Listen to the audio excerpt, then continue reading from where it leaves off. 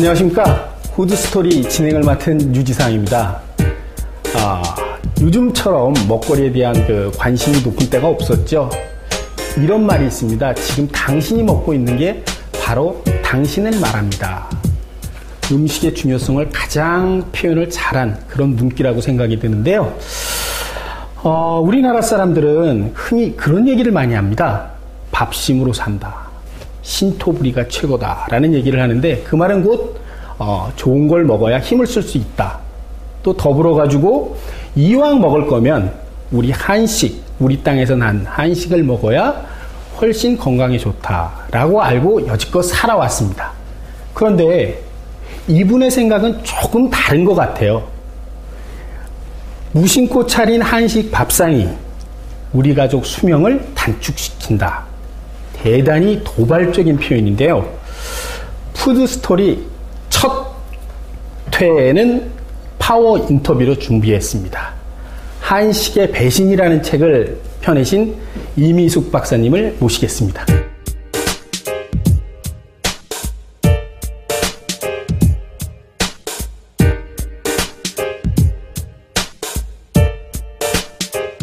안녕하세요. 반갑습니다. 안녕하세요. 반갑습니다.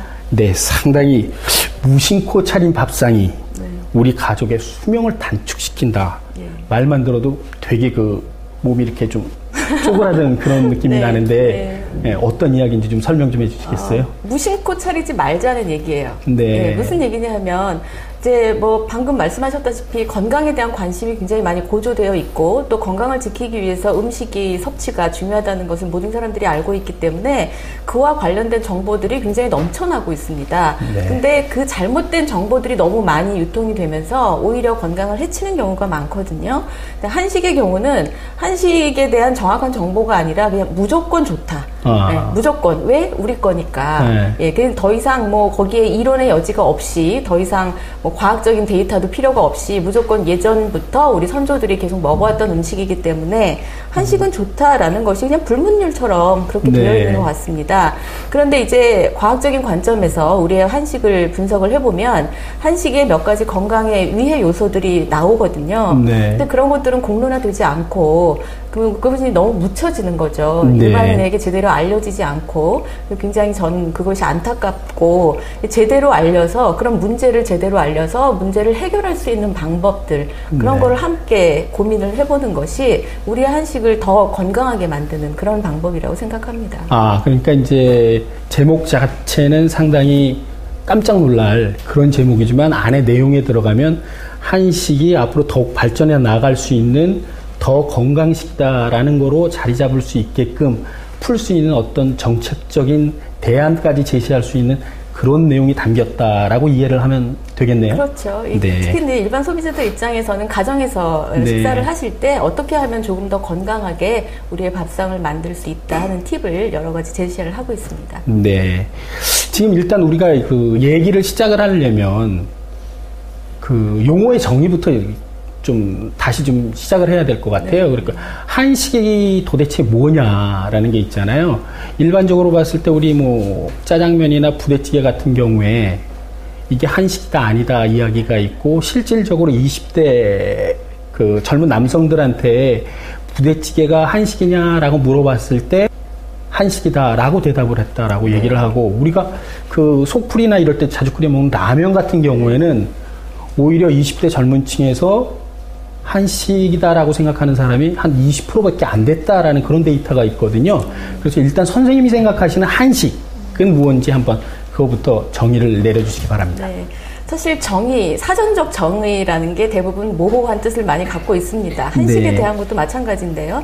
대부분의 기관, 연구기관이나 정부 측에서 제시하는 한식이 무엇이냐 하는 정의를 살펴보면, 우리 땅에서 난 농산물을 가지고 만든, 그리고 전통의 조리법을 가지고 만든 음식.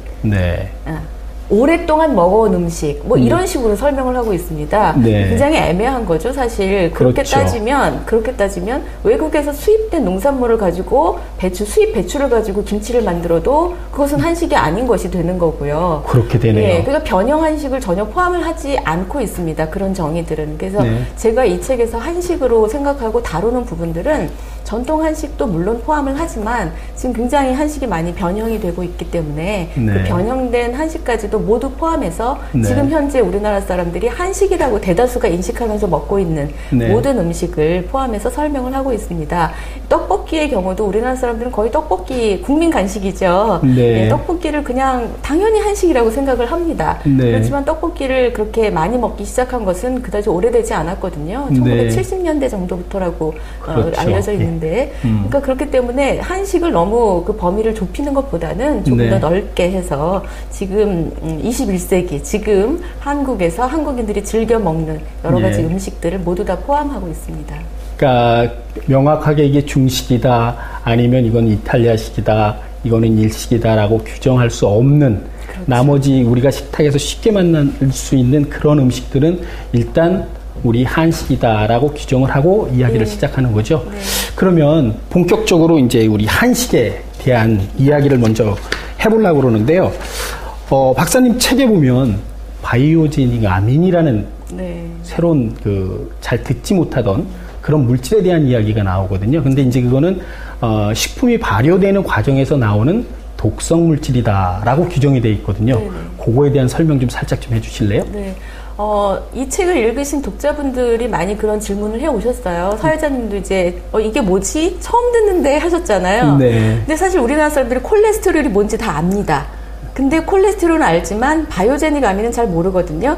제가 보기에는 콜레스테롤만큼이나 바이오제닉 아민도 널리 알려져야 될 부분이라고 생각을 합니다. 네. 왜냐하면 우리나라 음식에는 굉장히 발효된 발효 음식이 많은데요. 발효 음식에 보면 바이오제닉 아민이라는 성분이 굉장히 많이 들어있어요. 예. 지금 아마 시청하시는 분들도 바이오제닉 아민이라는 말을 처음 들으셨을 겁니다. 그래서 이게 뭐지 하실 텐데 바이오제닉 아민이라는 말은 미생물의 작용을 하면서 만들어낸 어떤 성분이에요. 네. 미생물의 작용에 의해서 만들어내지는 건데 문제는 그게 우리에게 독성을 준다는 거예요. 네. 근데 이제 미생물의 작용이 이제 크게 두 가지로 나뉩니다. 한 가지는 발효, 네. 그리고 또 하나는 부패 이렇게 예. 볼 수가 있는데 예. 똑같은 미생물의 작용이지만 네. 그것을 그 결과물을 사람이 먹을 수 있으면 그것은 발효예요. 네. 근데 먹을 수 없으면 부패라고 얘기를 하는 거거든요. 그러니까 부패와 발효는 결국 똑같이 미생물에 의해서 이루어지는 것이고 종이장 한 장 차이로 그 기준이 이제 나뉘게 되는 것인데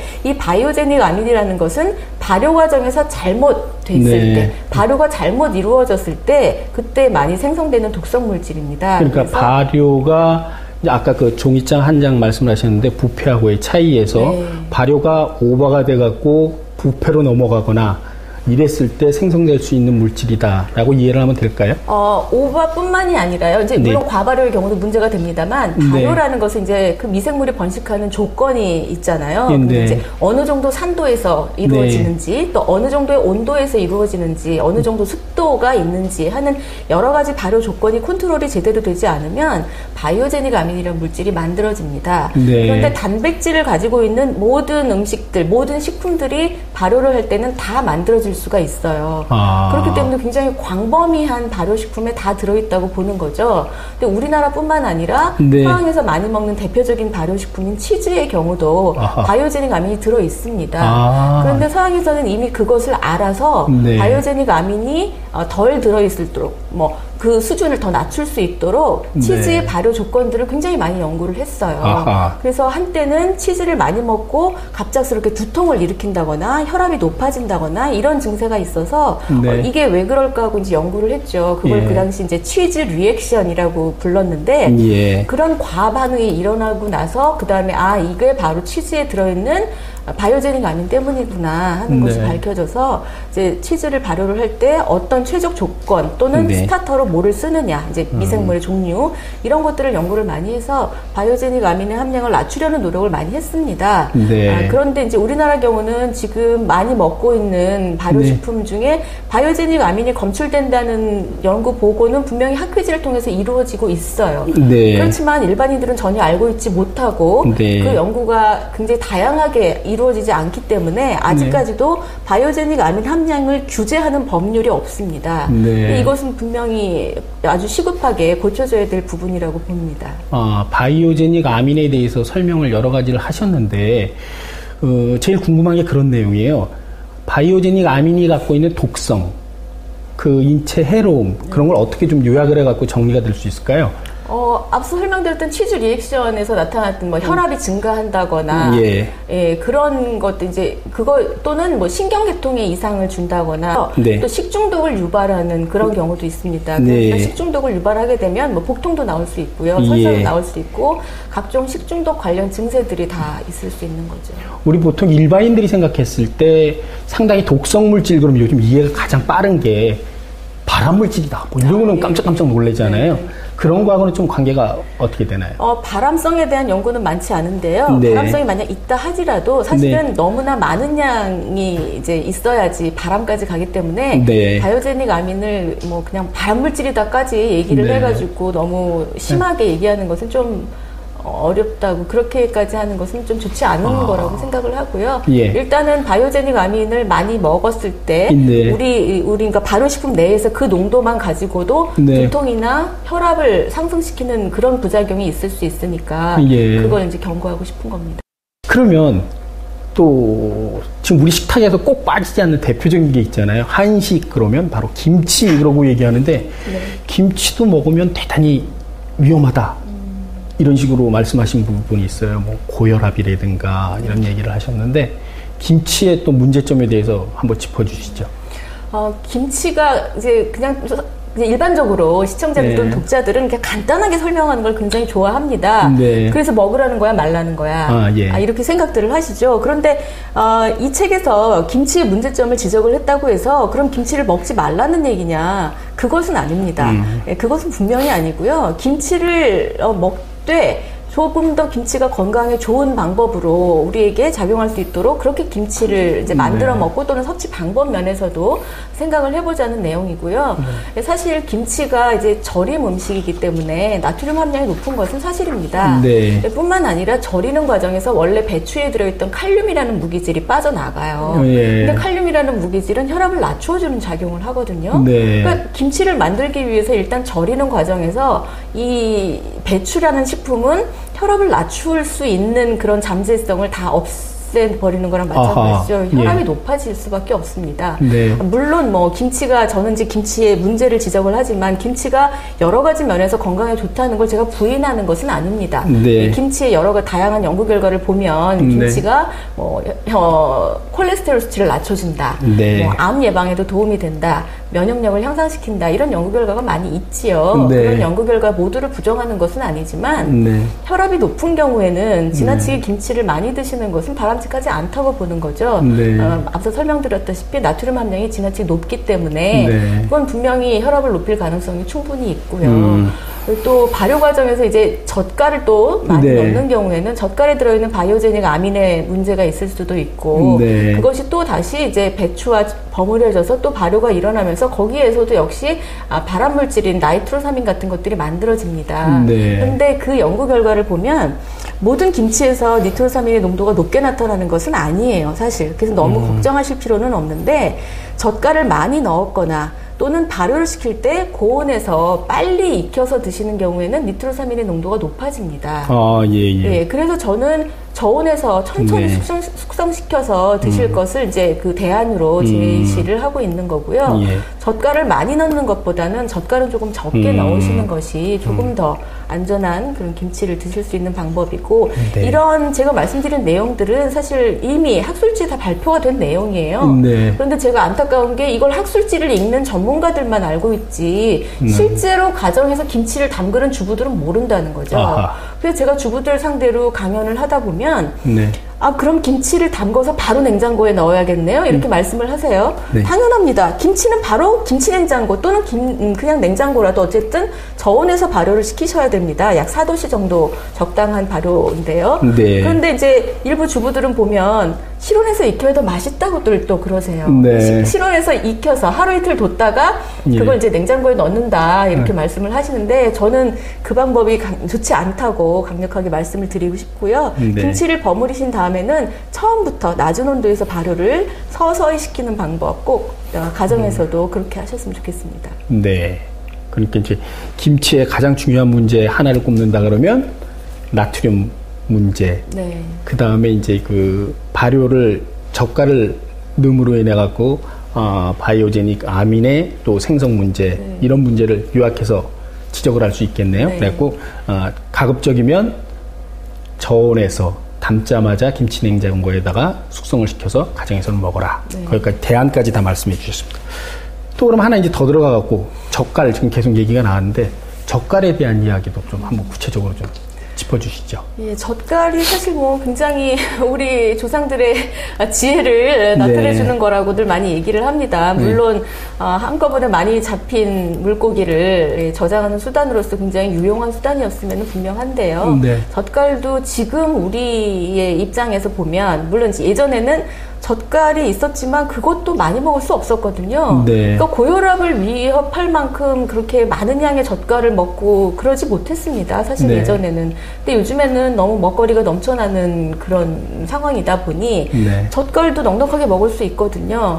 젓갈을 많이 먹는 것은 결국 나트륨 섭취를 증가시킬 수 있는 방법이고 이 앞서서 설명드렸던 바이오제닉 아민의 농도 역시 젓갈류에 상당히 높기 때문에 젓갈을 많이 먹는 것은 그런 면에서는 이제 좀 문제가 생길 수가 있죠. 특히 혈압 높으신 분들은 주의를 하셔야 합니다. 대표적인 음식을 꼽는다 그러면 우리가 이제 흔히 얘기하는 밥도둑이라는 것들 있잖아요. 고등어 자반, 그다음에 골비, 간장게장 이런 것들이 보통 밥도둑이다 그러면 상당히 짠 음식인데 그쪽을 특히 더 조심해야 되겠네. 조심하셔야죠. 저는 밥도둑을 없애야 된다 생각합니다. 밥도둑을 때려 잡아야 된다고 생각합니다. 도둑은 도둑입니다. 도둑은 잡아야 된다. 제가 간단하게 밥도둑은 건강도둑이다 이렇게 설명을 하는데요. 밥도둑은 건강도둑이다. 여러 가지 면에서 그렇습니다. 대부분의 밥도둑이 방금 말씀하신 것처럼 염도가 높기 때문에 밥도둑이거든요. 염도가 높지 않으면 밥도둑이 될 수가 없습니다. 그래서 적은 양의 반찬만을 가지고도 많은 양의 밥을 먹을 수가 있어요. 그래서 밥도둑이거든요. 결과적으로는 우리가 섭취하는 음식 영양소의 균형이 맞지 않습니다. 너무 적은 양의 또는 짠 음식을 가지고 밥만 많이 먹게 되기 때문에 좋은 방법이 아니라서 저는 뭐가 밥도둑이다 그러면 그거는 밥도둑은 건강도둑이야 이렇게. 근데 밥도둑이 또 하는 또 긍정적인 효과도 있잖아요. 요즘 우리가 쌀 소비량이 줄고 있다 그러고 걱정하고 있는데 밥도둑이 올라오면 뭐 밥 2공기 뚝딱 그리고 해치우는 뭐 이런 것도 있는데 건강을 생각한다면 쌀 소비보다는 건강을 더 걱정해라. 그렇죠. 밥 2공기 뚝딱 했다가 그 뱃살은 어떻게 하실 겁니까? 안 됩니다. 옆에다 두고서 써야죠. 두고 친구다 그러고 같이 가자 그러네. 말씀 재밌습니다. 하나하나 똑똑 그냥 아주 똑부러지게 짚어주시는데 그다음에 이제 우리가 보통 우리 한식 밥상의 주인공 그리고 조연으로 뽑으면 밥과 국 그러잖아요. 탕문화라고 얘기를 하는데 탕밥 문화로 얘기를 하는데 밥이 갖고 있는 문제도 또 있잖아요. 그 문제는 어떻게 보세요? 이제 밥이 나쁜 것은 아닙니다. 그런데 이제 우리나라 사람들이 많이 하는 밥심, 밥심을 얘기할 때 또는 밥이 보약이다 뭐 이런 표현을 할 때 보면 약간 의미가 조금 달라진 부분이 있는 것 같은데 거기서 말하는 밥은 식사. 음식 전체를 얘기하는 거죠, 사실은. 그런데 밥이 보약이다 이러면서 딱 밥, 라이스를 생각을 하시는 분들이 간혹 계세요. 그건 잘못된 거죠. 왜냐하면 밥은 분명히 굉장히 중요한 탄수화물 근원이기 때문에 우리 인간이 살아가는데 가장 기본적인 에너지를 보충해준다는 의미에서는 좋지만 그렇다고 해서 탄수화물 근원으로 반드시 밥을 먹어야 된다는 것은 아닙니다. 탄수화물이 들어있는 여러 가지 음식이 있는데 굳이 밥만을 고집할 필요는 사실 없거든요. 근데 이제 한식 식단에서는 그 밥과 함께 밥을 잘 먹도록 도와주는 반찬 중에 국이 굉장히 이제 중심입니다. 이전에 뭐 흔히 많이 학교 다니실 때 배우셨을 거예요. 삼첩반상.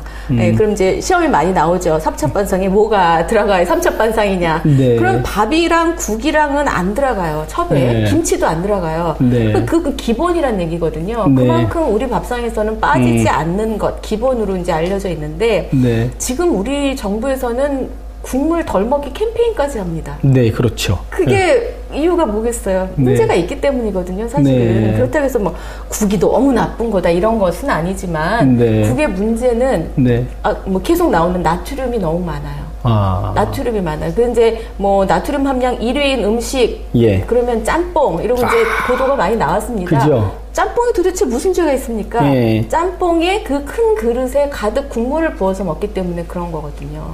일반적으로 우리가 해외 나가서 식사를 해보면 음식이 전반적으로 우리 거보다 되게 짜거든요. 그렇죠. 네. 그래서 그거만 먹게 되면 나중에 물이 땡겨가지고 되게 힘든데, 맞아요. 그리고 한식을 먹을 때는 짜다라는 생각을 별로 안 하는데, 그 짜다라는 거를 만들어주는, 그러니까 짜게 많이 먹는다라고 하는 거에 원흉이 되는 거는 바로 그러면은 국물이네요. 그렇죠. 제가 늘 강조하는 게 그거예요. 고혈압인 사람한테 또 이제 네. 나트륨 섭취를 줄이기 위해서 짜게 먹지 마라 이렇게 네. 얘기합니다. 네. 그런데 우리나라 사람들 고혈압 굉장히 많잖아요. 예. 그게 짜게 먹어서 그렇다고 그러잖아요. 예. 근데 방금 서희진님 말씀하신 것처럼 외국 음식 나가서 먹어보면 훨씬 짜요. 네. 하다못해 외국에서 수입된 햄, 그쵸. 치즈, 네. 심지어 과자류도 짭니다. 우리나라 네네. 거보다 훨씬 짭니다. 네. 그런데 우리나라 사람들이 왜 나트륨 섭취량이 WHO 권고량이 2배, 3배냐? 네. 그건 국물 때문이거든요. 어. 국물 요리 먹을 때 짜지 않습니다. 네. 짜지 않고 그냥 맛있게 먹어요. 그런데 네. 그 많은 국물을 모두 다 맛있다라고 느낄 정도로 간을 하려면 네. 그만큼 많은 나트륨이 들어가는 거죠. 근데 일반 주부들은 이제 쉽게 알 수 있는데 저런 경우 있잖아요. 남자분들이나 이런 분들이 도대체 음식을 만들 때, 특히 국이나 찌개를 만들 때 얼마나 많은 소금이 들어가느냐 하는 거는 직접 요리를 해보면 깜짝 놀라게 되죠. 그럼요. 예. 예. 그러니까 앞서 설명드렸던 짬뽕이 나트륨 네. 함량 1인데 네. 그 짬뽕 한 그릇에 들어있는 나트륨 함량이 약 4,000mg이에요. 그런데 예. WHO 권고량이 하루에 2,000mg 나트륨이거든요. 그러니까 아. 한 그릇의 짬뽕 안에는 네. 하루 이만큼 드세요 하는 권고량이 2배가 들어있습니다. 아이고. 그러니까 이제 짬뽕이나 뭐 짬뽕만 그런 것이 아니라 그게 예. 국물이 많은 요리는 다 그렇다고 생각을 하시면 되는데요. 예. 특히 이제 짬뽕의 문제가 되는 게 그게 매운맛이 있잖아요. 네네. 매운맛과 함께 어우러지면서 더 많은 양의 나트륨이 들어 있어야만 이것이 이제 맛있다라고 느낄 정도의 염도가 나오기 때문에 그래서 더 짜지는 거죠. 오늘 이렇게 박사님 말씀을 쭉 듣다 보니까 한식이 갖고 있는 건강적인 면에서 좋은 점도 많이 있지만 사실 합리적으로 고민해 봐야 될, 또 질문을 던져 봐야 될 그런 내용들이 되게 많은 것 같아요. 네. 쭉 지금까지 말씀하신 거의 문제점 중심으로 얘기를 하셨는데 저희가 이 지금 기본적인 시간이 30분에 한정이 되다 보니까 더 알고 싶은 얘기를 네. 더 들어야 될 것 같아요. 그래갖고 이거를 한 회 더 연장해서 네. 나머지 이제 그러면 한식의 이런 문제점을 도대체 어떻게 풀어갈 수 있겠는가 하는 이야기 중심으로 해갖고 한 시간만 더 부탁을 드리겠습니다. 네, 알겠습니다. 오늘 하여간 그 좋은 말씀 잘 들었고요. 다음 시간에 또 뵙기로 하겠습니다. 네. 감사합니다. 감사합니다.